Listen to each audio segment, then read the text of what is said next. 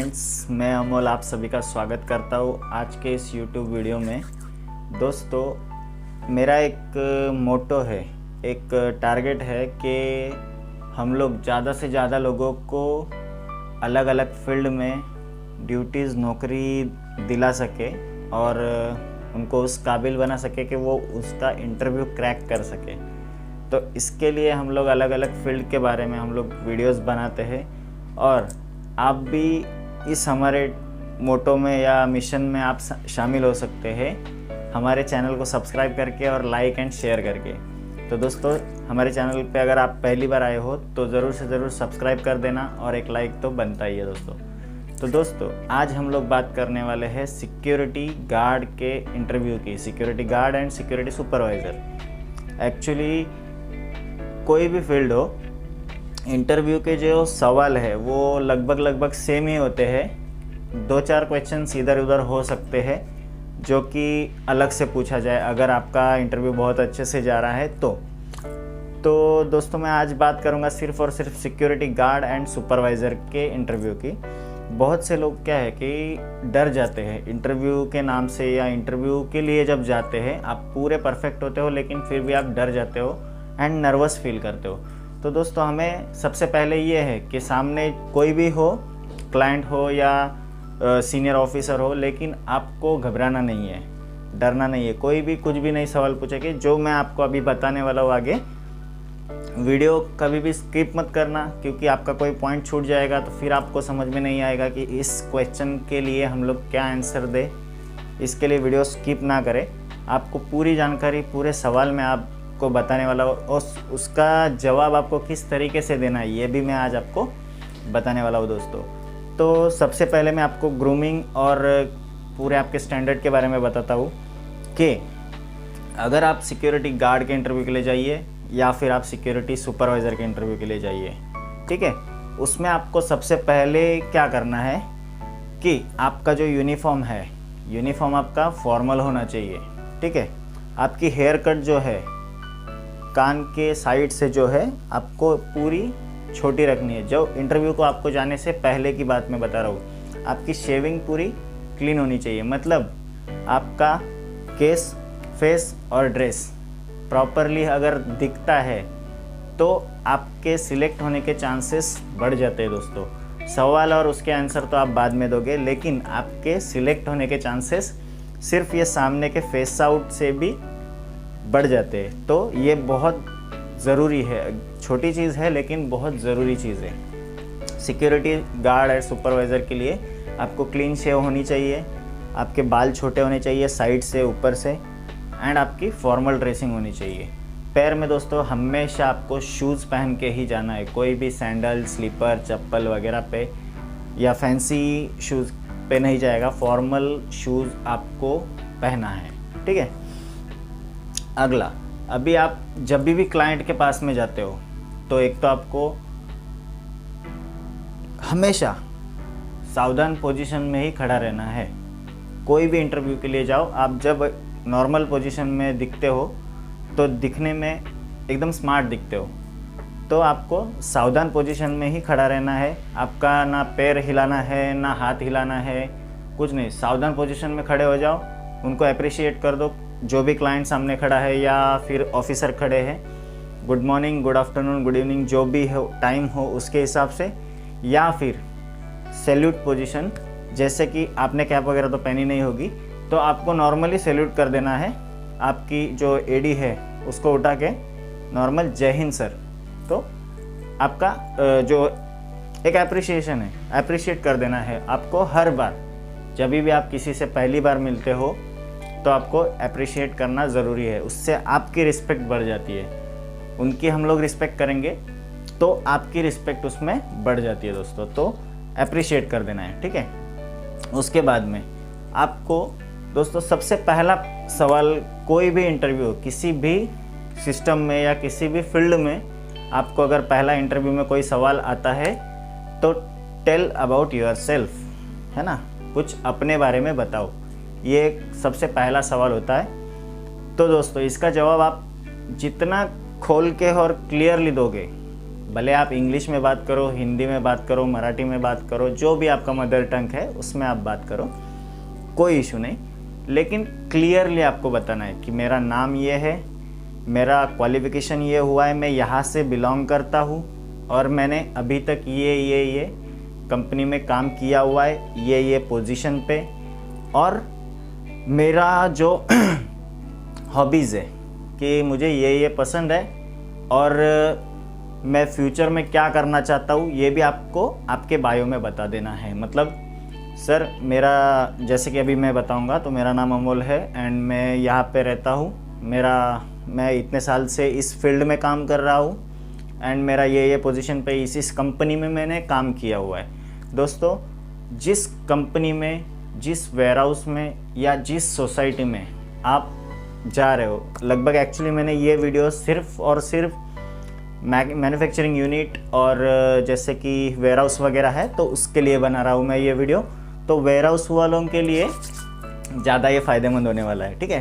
तो आप जिस भी वेयरहाउस में जा रहे हो, जैसे कि वो टाटा का हो सकता है, रिलायंस का हो सकता है, उसके बाद में क्रोमा का हो सकता है, अमेज़ॉन का हो सकता है, फ्लिपकार्ट का हो सकता है, स्नैपडील का हो सकता है, उसके बाद में डी मार्ट का हो सकता है, डीबी शंकर का हो सकता है। बहुत सारी कंपनीज़ वेयरहाउस अवेलेबल है हमारे इर्द गिर्द। तो कोई भी फील्ड हो दोस्तों, उसमें आपको, जिस भी आप वेयरहाउस में इंटरव्यू के लिए जा रहे हो, तो उस कंपनी के बारे में दोस्तों आपको थोड़ा बहुत तो नॉलेज होना चाहिए कि ये कंपनी है क्या और करती क्या है यहाँ पे, उसके बारे में आपको थोड़ा नॉलेज होना ज़रूरी है। भले आप किसी से पूछ लो या गूगल सर्च करो, आपको सारी बातें मिल जाएगी।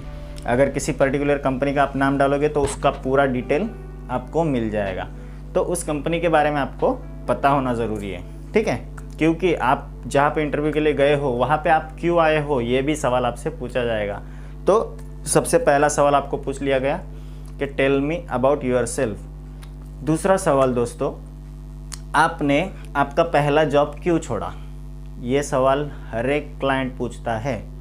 आपने आपका पहला जो जॉब है किस कारणवश छोड़ा है, तो इसका भी आपको सिंपली जवाब देना है। जैसे कि आपने जिस वजह से छोड़ा है, जेन्युइन रीज़न देना है दोस्तों। अगर कुछ है तो वही रीज़न आपको वहाँ पे देना है, अदरवाइज जो आपका एक्चुअल रीज़न है, जेन्युइन रीज़न है, वही बताना है। क्योंकि सिक्योरिटी गार्ड और सिक्योरिटी सुपरवाइज़र, इनका अगर कोई रिक्रूटमेंट करता है तो उसमें सबसे बड़ा हिस्सा होता है ट्रस्ट। और कोई भी अगर सिक्योरिटी गार्ड भर्ती कर रहा है तो वो ट्रस्ट उनके ऊपर होना ज़रूरी है और ज़रूरी होता है। तो जो भी आप आंसर दोगे वो ट्रस्टेबल होना चाहिए, भरोसे लायक होना चाहिए, ऐसा आपको जवाब देना है दोस्तों, ठीक है। और डरना बिल्कुल भी नहीं है। आपकी एक पोजीशन लेके, सावधान लेके खड़े हो जाओ, जो आपको क्वेश्चन कर रहे हैं उसके आंसर देते रहो नॉर्मली। डरना नहीं है और ज़्यादा घबराना नहीं है, हड़बड़ाना नहीं है, ताकि आप एकदम रिलैक्स मोड पे रहो और क्लाइंट भी उसकी वजह से आपको पूरा ऑब्जर्व कर पाए, ठीक है। इसके बाद में दोस्तों अगला सवाल आता है कि आप इस कंपनी में ही क्यों जॉब करना चाहते हो। तब आपको बता देना है, इस कंपनी के बारे में आपको तारीफ़ कर देनी है कि ये कंपनी ऐसी प्रोडक्शन करती है या फिर ये प्रोग्राम के थ्रू वर्क करती है, तो मुझे इसमें इंटरेस्ट है, इस वजह से मैं इस कंपनी में आना चाहता हूँ और इस कंपनी के बारे में मैंने ऐसा सुना है, इसके लिए इस कंपनी में मुझे जॉब करने की इच्छा है, ठीक है। इसके बाद में दोस्तों अगला सवाल आएगा कि आप फ्यूचर में अपने आप को कहाँ पे देखते हो। जैसे कि 5 या 10 साल बाद आप खुद को कहाँ देखना चाहते हो, तो ये है आपका इंटेलिजेंस का सवाल। अगर आप अपने आप में ग्रोथ नहीं देखते हो या 5 या 6 महीने के लिए, छोटे टाइम पीरियड के लिए आप अगर यहाँ पे ज्वाइन होना चाहते हो, तो वो आपका सिलेक्शन कभी नहीं करेगा दोस्तों। क्योंकि अगर आपका मोटो कोई अच्छा मोटो उनको लग रहा है और लॉन्ग टर्म आपका विजन दिख रहा है, तो वो आपको सिलेक्शन करने के परसेंटेज अप हो जाते हैं, ठीक है।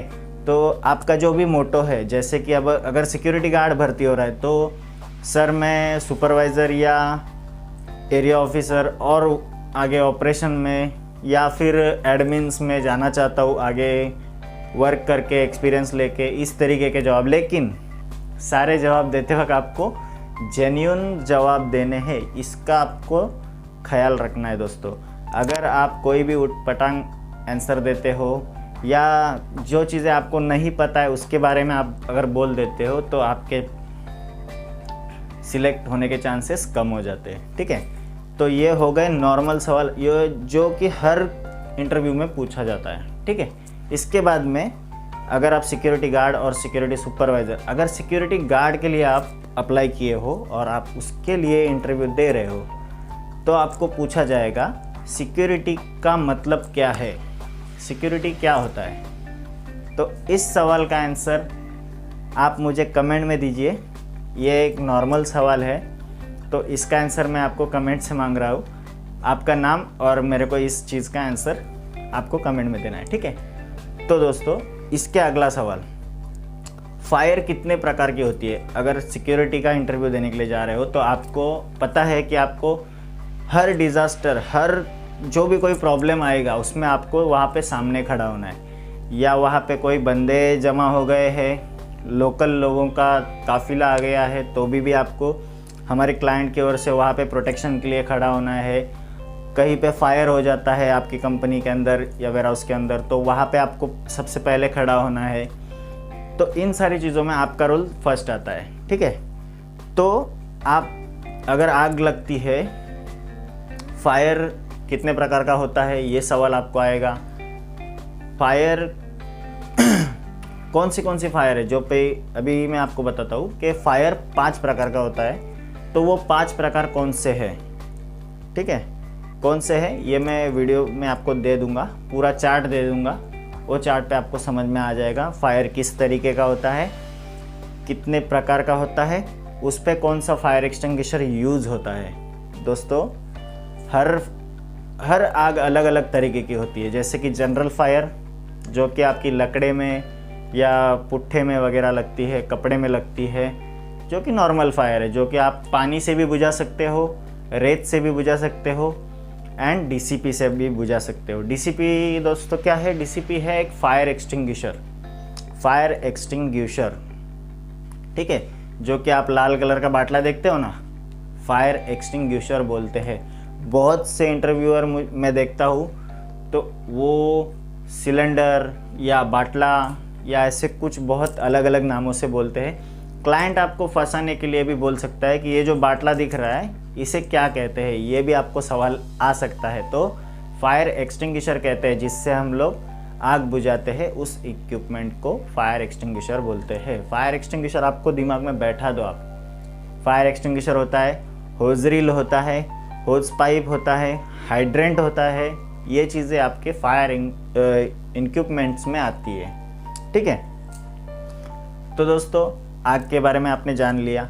सेफ्टी, अभी कोई भी वेयरहाउस हो या कुछ भी हो उसमें सेफ्टी बहुत बड़ी इम्पोर्टेंट होती है। तो आपको सेफ्टी के बारे में क्या क्या नॉलेज है ये भी सवाल आपको आ सकता है। तो आप और भी यूट्यूब पे चैनल्स है, वीडियोस है, सर्च करके देख सकते हो, या फिर अगर आपकी कमेंट आती है कि सेफ्टी के बारे में कुछ इंस्ट्रक्शंस दीजिए तो मैं आपको सेफ्टी के बारे में भी वीडियो अलग से पर्टिकुलर वीडियो बना के दूंगा पूरा, क्योंकि सेफ्टी में बहुत सारी चीज़ें हैं दोस्तों, ठीक है। तो उसके बारे में भी मैं बता दूंगा अगर आपके कमेंट्स आते हैं मुझे तो, ठीक है। तो सेफ्टी के बारे में भी कुछ पूछेंगे तो आपको बता देना है कि वेयरहाउस में जैसे कि विदाउट सेफ्टी शूज़ एंट्री नहीं होता है, विदाउट आईडी प्रूफ कोई अंदर नहीं जा सकता, कोई अंदर का सामान बाहर नहीं ला सकता, या कुछ बाहर का सामान अंदर विदाउट आईडी नहीं लेके जा सकता। ये सारी चीज़ें आपको बतानी है। उसके बाद में आपको पूछा जाएगा कि रजिस्टर्ड सिक्योरिटी डेस्क पे रजिस्टर कितने प्रकार के होते हैं। तो दोस्तों इसका आंसर ऐसा है कि रजिस्टर तो बहुत सारे होते हैं, क्योंकि हर एक वेयरहाउस में अलग अलग सिस्टम होता है, उस सिस्टम के थ्रू अलग अलग रजिस्टर्ड बनाए जाते हैं। लेकिन जो कॉमन रजिस्टर है वो एक तो सबसे पहला विजिटर रजिस्टर होता है, जो कि कॉमन है, हर जगह पे लगता है। कोई भी नया विजिटर आता है तो उसका एंट्री उस विजिटर रजिस्टर में किया जाता है। उसके बाद में दूसरा रजिस्टर है इनबाउंड या इनवर्ड रजिस्टर। तीसरा है आउटबाउंड या आउटवर्ड रजिस्टर, जो सामान अंदर आएगा वो इनवर्ड होगा, जो सामान बाहर जाएगा वो आउटबाउंड होगा। तो ये 3 रजिस्टर। इसके बाद में एक रिटनेबल, एक non returnable. Returnable register, non returnable register. जो सामान जा रहा है, जाके रिटर्न आने वाला है पर्टिकुलर समय के बाद, तो वो रिटनेबल रजिस्टर में एंट्री करता है। और जो सामान जाने वाला है, जो रिटर्न नहीं आएगा, ऐसा सामान नॉन रिटनेबल में एंट्री होता है। जो कभी वापस नहीं आएगा उसका नॉन रिटनेबल में एंट्री किया जाता है। इसके अलावा दोस्तों गेट पास होता है। गेट पास में भी दोस्तों 3 तरीके के गेट पास होते हैं, ठीक है। तो इतना आपको डीप में इंटरव्यू में नहीं जाना है, लेकिन बता सकते हो आपके सर गेट पास होते हैं, गेट पास में 3 प्रकार होते हैं। तो 3 प्रकार कौन से होते हैं, इतना भी डीप में जा सकते हैं क्लाइंट, सामने वाला बंदा। इसके लिए गेट पास आप डायरेक्टली बोल सकते हो। उसके बाद में दोस्तों हम लोग अगर देखेंगे तो सिक्योरिटी में ऑकरेंस बुक होता है। ऑकरेंस बुक मतलब आप जो कुछ दिन भर में कुछ जो इम्पोर्टेंट्स चीज़ें हैं, ठीक है, जो इम्पोर्टेंस चीज़ें हैं जो कि आपको अगली शिफ्ट में हैंडओवर टेक ओवर करनी है, उन सारी चीज़ों का उसमें इन्वॉल्व होता है। वो सारी चीज़ें उसमें लिखी होती है ऑकरेंस बुक में। तो वो भी एक बहुत इम्पोर्टेंट रजिस्टर में गिना जाता है। उसके बाद में दोस्तों वेंडर रजिस्टर होता है। जो भी कोई वेंडर काम करने के लिए आता है वेयर हाउस में या कंपनी में या मैन्युफैक्चरिंग प्लांट में, तो वेंडर रजिस्टर होता है। उसके बाद में व्हीकल का एक इनवर्ड आउटवर्ड रजिस्टर होता है, ठीक है। तो इतने सारे रजिस्टर के प्रकार होते हैं जो कि आपको वहाँ पे क्लाइंट को क्लियरली बता देने हैं, ठीक है। इसके अलावा क्लाइंट आपसे और भी कुछ आपके फैमिली के बारे में भी पूछ सकता है, जैसे कि आपके फैमिली में कौन कौन है, क्या क्या करते हैं। तो जो भी चीज़ें हैं आपको जेन्युइनली बता देनी है। उसके बाद में आपका इंटरव्यू लगभग ख़त्म हो जाता है, ठीक है। तो फायर एक्सटिंग्विशर के बारे में दोस्तों बताना चाहता हूँ कि फायर एक्सटिंग्विशर फ़िलहाल जो अभी मार्केट में चल रहे हैं 3 तरीके के हैं। सबसे पहला है ABC फायर एक्सटिंग्विशर बोलते हैं उसे। तो ABC के अंदर जो मटेरियल यूज़ होता है उसे हम DCP बोलते हैं। क्या? DCP, ड्राई केमिकल पाउडर उसका फुल फॉर्म है। तो ABC फायर एक्सटिंग्विशर में ड्राई केमिकल पाउडर यूज़ होता है जो कि लगभग 4 किलो से 7 किलो के बीच में आता है, ठीक है। दूसरा फायर एक्सटिंग्विशर है दोस्तों जो कि साइज़ में लंबा होता है एंड उसके नोज़ल पे जो उसका नोज़ल है वो बहुत बड़ा होता है। तो वो होता है दोस्तों CO2। CO2 में दोस्तों कार्बन डाइऑक्साइड यूज़ होता है। जैसे कि CO2 हमें इलेक्ट्रिकल आइटम पे या फिर इलेक्ट्रिकल फायर जो होता है वहाँ पे यूज़ होता है, ताकि जो कोई सामान है वो ख़राब ना हो। जैसे कि हम लोग अगर ड्राई केमिकल पाउडर मारते हैं तो उस पाउडर की वजह से इलेक्ट्रिकल आइटम ख़राब हो सकते हैं। इसके लिए उस पर इलेक्ट्रिकल आइटम्स पे सर्वर रूम्स में CO2 यूज़ किया जाता है। उसके बाद में दोस्तों एक फोम बेस फायर एक्सटिंग्विशर आता है। तो उसका भी यूज़ सेम है, बहुत सारी चीज़ों पे होता है। तो ये 3 प्रकार है फायर एक्सटिंग्विशर के जो कि अभी फ़िलहाल यूज़ हो रहे हैं। तो अगर आपको पूछ दिए कि भाई फायर एक्सटिंग्विशर कौन से हैं, तो ये 3 आपको नाम बता देने हैं। ये वीडियो अगर नहीं समझ में आ रहा है आपको तो बार बार रिपीट करके देखिए दोस्तों। और अगर ये वीडियो पसंद आया आपको तो लाइक एंड शेयर ज़रूर करें।